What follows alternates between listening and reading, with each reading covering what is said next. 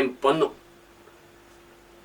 మధ్యతరగతి వ్యక్తులకి కూడా విపరీతమైన సంపద సంపాదిస్తున్నారు. సంవత్సరానికి 15 లక్షలు దరిదాపుగా సంపాదిస్తున్నారు. అందుకని 15 లక్షలకి ఆదాయం పన్ను లేకుండా చెయ్యాలి మొత్తానికి అనుకున్నారు. కానీ అది టైం పెడుతున్నారు, కేటాయించడానికి టైం జరుగుతుంది, అది తర్వాత పెడతారంట. ప్రస్తుతానికి మాత్రం 5 లక్షల నుండి 7,50,000 వరకు మీరు ఆదాయం పన్ను కట్టక్కర్లేదు, అవసరం లేదు. ఇదివరకు 3 లక్షల నుండి 5 లక్షల లోపు వస్తే అంతకంటే ఎక్కువ ఉంటే 20% కట్టాల్సి వచ్చేది. కానీ ఇప్పుడు అది లేకుండా ఓన్లీ 5% కడితే చాలు అంటున్నది నిర్మలా సీతారామన్. మరి ఇది ఎంతవరకు సక్సెస్ అవుతుందో తెలియదు. ఇది ఆదాయం పన్ను వల్ల ప్రభుత్వానికి కొన్ని వేల కోట్లు ఆదాయం వస్తుంది. అందుకని మీరందరూ కూడా సాధ్యమైనంత వరకు మీరు ఆదాయం పన్ను కట్టడానికి ప్రయత్నం చేస్తారని నేను భావిస్తున్నాను. దాని ద్వారా మీకు కొన్ని లొసులుబాట్లు వస్తాయి. ఇవన్నీ మీరు గమనించి మీ విలువైన అభిప్రాయాలు కామెంట్ రూపంలో తెలియచేయండి, షేర్ చేయండి, 10 మందికి సబ్స్క్రైబ్ చేసుకోమని చెప్పండి. 2025 జనవరి 1వ తారీఖుని తెలుగు రాష్ట్రాలు, ఆంధ్ర కాదండి, తెలంగాణ, తెలుగు రాష్ట్రాలు రెండూ కూడా జనవరి 1 ఏ వారం వచ్చినా సరే సెలవును కేటాయించాలి. జనవరి 1ని ఒక సెలవులు లేవు అయినా సరే జనవరి 1ని సెలవు కేటాయించాలి. సెలవు కేటాయించకపోతే చాలామంది అధికారులు ఆ రోజు సెలవు పెట్టేస్తున్నారు,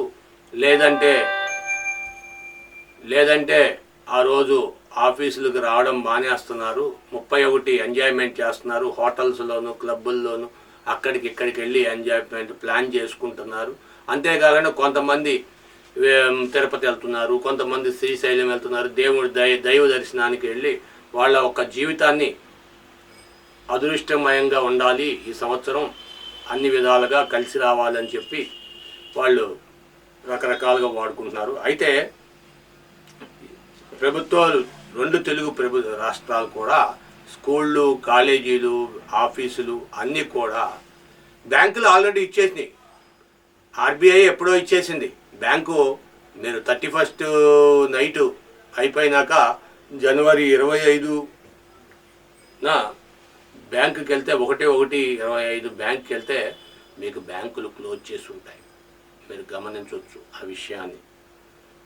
కాబట్టి ఈ సంవత్సరం నుండి ప్రతి ఏటా న్యూ ఇయర్ రోజున అన్ని ఆఫీసులు, స్కూళ్ళు, కాలేజీలు మూతపడతాయట.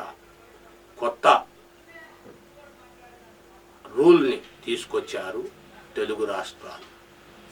కాబట్టి ఇక మీరు మాత్రం హ్యాపీ న్యూ ఇయర్ అని చెప్పుకుంటూ 31స్ట్ని చక్కగా హ్యాపీగా ఎంజాయ్ చేస్తూ ఆ యొక్క సంతోషాన్ని మీరు మీ స్నేహితులతో, మీ కుటుంబ సభ్యులతో, మీ బంధువులతో పంచుకోవచ్చు. అర్థమవుతుందా? కాబట్టి మీ అందరూ కూడా మీ ఫ్రెండ్స్కి కానీ మీ రిలేటివ్స్కి కానీ అందరికీ చెప్పండి. 31st నైట్ సెలబ్రేట్ చేసుకోవడానికి ఇబ్బంది ఏం లేదు. న్యూ ఇయర్ రోజున సెలవు కాబట్టి మీరందరూ సెలవుని ఎంజాయ్ చేయండి.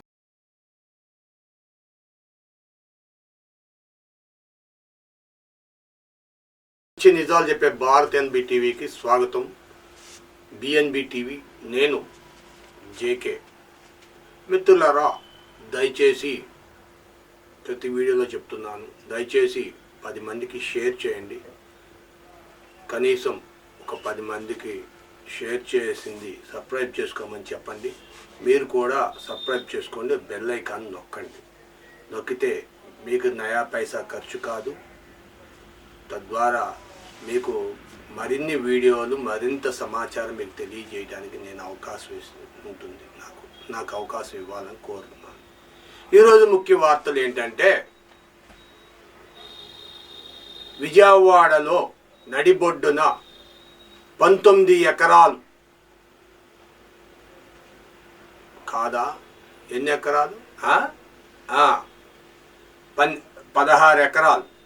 16 ఎకరాలు భూమి స్వరాజ్ మైదాన్, అదేనండి పీడబ్ల్యూ గ్రౌండ్. ఇప్పుడు వైసీపీ సరిగ్గా సంవత్సరం క్రితం వైసీపీ పార్టీ తెలంగాణలో కేసీఆర్ 125 అడుగులు ఎత్తు విగ్రహం పెడుతున్నారని, ఇక్కడ ఆంధ్రాలో ఓటులు ఎస్సీ ఎస్టీ మైనారిటీ వీళ్ళందరికీ ఓట్లు గుంజుకుండానికి కాదా, ఓట్లు తీసుకుండానికి దండుకుండానికి ప్రారంభించారు. 80 అడుగులు పీఠం ఎత్తు, 125 అడుగులు ఎత్తు విగ్రహం, మొత్తం వెలసి 206 అడుగులు ఎత్తు విగ్రహం. ఫస్ట్ వైసీపీ 200 కోట్లకే ఆ ప్రాజెక్టు కంప్లీట్ చేయడానికి నిర్ధారణ చేసింది. కానీ చివరాఖరకు ఆ ప్రాజెక్టు కంప్లీట్కి 400 కోట్ల కింద ఆ ప్రాజెక్టు కంప్లీట్ అయింది. కానీ ఇప్పటికి కూడా ఇంకా నిర్మాణాలు పూర్తి అవ్వలేదు. మీరు నమ్ముతారా? నమ్మాలి. అయితే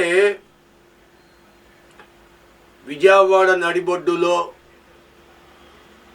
అంటే ఉమ్మడి ఆంధ్రప్రదేశ్లో ఇంత పెద్ద ప్లేసు ఎక్కడా లేదు. మొత్తం ఇంకా పక్కన బిల్డింగులు, ఆ రైతు బజార్లు ఇవన్నీ కూడా కొట్టేసి మొత్తం 19 ఎకరాలు చేశారు. చేసి 19 ఎకరాలని వైసీపీ వాళ్ళు కబ్జా చేశారు అని కొందరు వ్యక్తులు మాట్లాడుతున్నారు. అది ఎంతవరకు నిజమో తెలియదు. కానీ ఇది కార్పొరేషన్, విజయవాడ మున్సిపల్ కార్పొరేషన్కి గుదిబండగా మారింది. అదేంటయ్యా, విజయవాడ మున్సిపల్ కార్పొరేషన్కిను ఈ గ్రౌండ్కి సంబంధం ఏంటి, వాళ్ళకెందుకు ఇబ్బంది?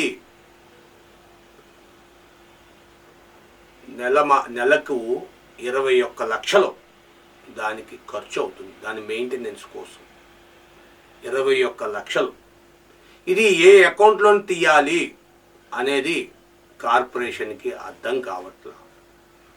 దీన్ని మెయింటైన్ చేయడానికి కార్పొరేషన్కి చాలా అంటే చాలా ఇబ్బంది అవుతుంది. మరి ఆదాయం వస్తుంది కదా, టికెట్లు ఇచ్చి అన్నీ చేస్తున్నారు. మరి ఆ టికెట్ల వల్ల ఆదాయం వచ్చింది ఏం చేస్తున్నారు అంటే అది కేవలం నెలకు 5 లక్షలు మాత్రమే వస్తుంది. మెయింటెనెన్స్ అంటే ఏంటి? అంత మెయింటెనెన్స్ ఎందుకు అవుద్ది? లోన మొక్కలు నరికేవాళ్ళు, మరి కరెంటు, లోన రకరకాల ఇవన్నీ ఏర్పాట్లు ఉంటాయి కదా, జీతాలు, స్టాఫ్, కనీసం ఒక 100 మంది పైన స్టాఫ్ ఉన్నారు దానికి. ఇవన్నీ కూడా దాన్ని మెయింటైన్ చేయడానికి నెలకొచ్చి 21 లక్షలు అవుతుంది. మరి 21 లక్షలని ఏ అకౌంట్లో తీయాలి కార్పొరేషన్? అసలే లోటు బడ్జెట్. దీన్ని ఎలాగా? వాస్తవానికి అది ఐఏఎస్లు, ఐపీఎస్లు 200 కోట్ల పైనే రాజకీయ నాయకులు కానీ 200 కోట్ల పైనే నొక్కేశారు. కమిషన్ల రూపంలోనో లేకపోతే ఏదో రూపంలో దాన్ని నొక్కేసి కేవలం 200 కోట్ల మాత్రమే ఆ విగ్రహం ప్రతిష్టకు ఖర్చు అయింది. ఆ విషయం మీరు గమనించాలి. కానీ 2014-2019 మధ్యలో చంద్రబాబు నాయుడు గారు ముఖ్యమంత్రిగా ఉన్న సమయంలో దానికి ఆదాయ వనరులు వచ్చేటట్టుగా ఆ గ్రౌండ్కి దానికి ప్రైవేటు హోటల్స్ అది ఇది నిర్మించాలి, దాన్ని ఒక అమ్యూజ్మెంట్ పార్కు లాగా చేయాలి అని కొంతమందికి ప్రైవేట్ కంపెనీలకు అద్దెకి దానికి ఇవ్వటానికి సిద్ధపడిపోయారు. మొత్తం ఏర్పాట్లు జరిగిపోయినాయి. కానీ ప్రభుత్వం మారడంతో ఆ ఏర్పాట్లు, అసలు ఈ విగ్రహం అమరావతిలోను ప్రతిష్ఠించాల్సిన విషయం ఇది. ఈ విగ్రహం చంద్రబాబు నాయుడు గారు కూడా ఈ అంబేద్కర్ విగ్రహాన్ని ప్రతిష్ఠించాలనుకున్నారు, కానీ ఎక్కడ అమరావతిలో ప్రతిష్ఠించాలనుకున్నారు. కానీ చంద్రబాబు నాయుడిని తొక్కేసి, లేకపోతే జగన్మోహన్ రెడ్డి తొక్కేసి, ఇవన్నీ మనకి రాజకీయంగా మనం మాట్లాడుకోవాలంటే ఒకళ్ళు ఈ రాజకీయాల్లో మామూలు. చంద్రబాబు నాయుడు జగన్ అంటాడు, జగన్ చంద్రబాబు నాయుడు అంటాడు. ఇవన్నీ మన సినిమాల్లో చూస్తూనే ఉన్నాం. ఏలు వంక పెట్టండి ఎన్నపూస రాదు అంటారు. చల్లకొచ్చి ముంత దాస్తావు ఎందుకు అంటారు. ఎందుకంటే వచ్చిన విషయం వచ్చినట్టు మాట్లాడాలి. అది కాకుండా వచ్చి అలాగా ఇలాగా అది ఇదని కబుర్లు చెప్తుంటారు, కాలక్షేపం చేస్తారు, కొన్ని గంటలు వృధాగా మాట్లాడుతుంటారు. అదే తరహాలో వీళ్ళు వైసీపీ వాళ్ళ మీద, వైసీపీ వాళ్ళు టీడీపీ మీద, టీడీపీ వాళ్ళు వైసీపీ మీద ఇట్లాగా వేసుకుంటా ఉంటారు నిందలు. ఏది ఏమన్నా కానీ మొత్తానికి నష్టం జరిగిపోయింది. ఇప్పుడు సోషల్ మీడియా ఎంటర్ అవుతుంది ఆ ప్రాంగణానికి. దాన్ని కార్పొరేషన్ మెయింటైన్ చేయలేక దాని విగ్రహాన్ని ఏమి కదపకంట మధ్యలోనే ఉంచేసి చుట్టుపక్కల ప్రాంగణాన్ని ఎగ్జిబిషన్లు, ఇంతకుముందు ఎగ్జిబిషన్లు, ఒక ప్రార్థనలకి, లేకపోతే రాజకీయ నాయకులు సమావేశాలకి, మీటింగులకి, వాటికి వీటికి ఒకటని కాదు చాలా ఆటకు వాడేవారు.